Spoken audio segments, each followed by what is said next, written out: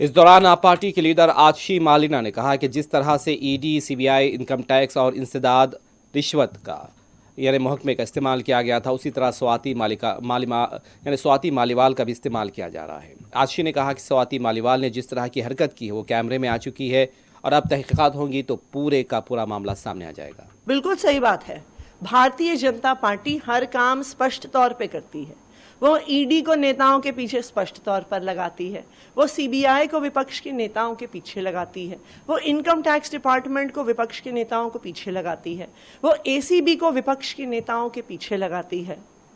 अगर भारतीय जनता पार्टी ऐसे षड्यंत्र नहीं करती तो प्रफुल्ल पटेल उनकी पार्टी में कैसे आए, छगन भुजबल उनकी पार्टी में कैसे आए, अजीत पवार उनकी पार्टी में कैसे आए, हेमंत बिस्व शर्मा उनकी पार्टी में कैसे आए।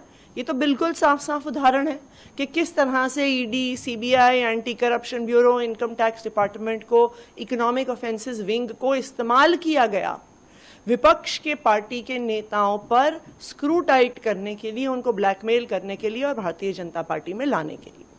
उसी तरह से स्वाति मालीवाल जी वाले मामले में भी बिल्कुल यही फॉर्मूला अपनाया गया है। स्वाति मालीवाल जी पर केस होता है, एंटी करप्शन ब्यूरो द्वारा होता है, एफआईआर होती है, उसकी जांच हो रही है और उसके माध्यम से स्वाति मालीवाल जी से ये षड्यंत्र रचाया जाता है। स्वाति मालीवाल जी को षड्यंत्र का मोहरा बनाया जाता है, जस्ट चुनाव से पहले बनाया जाता है।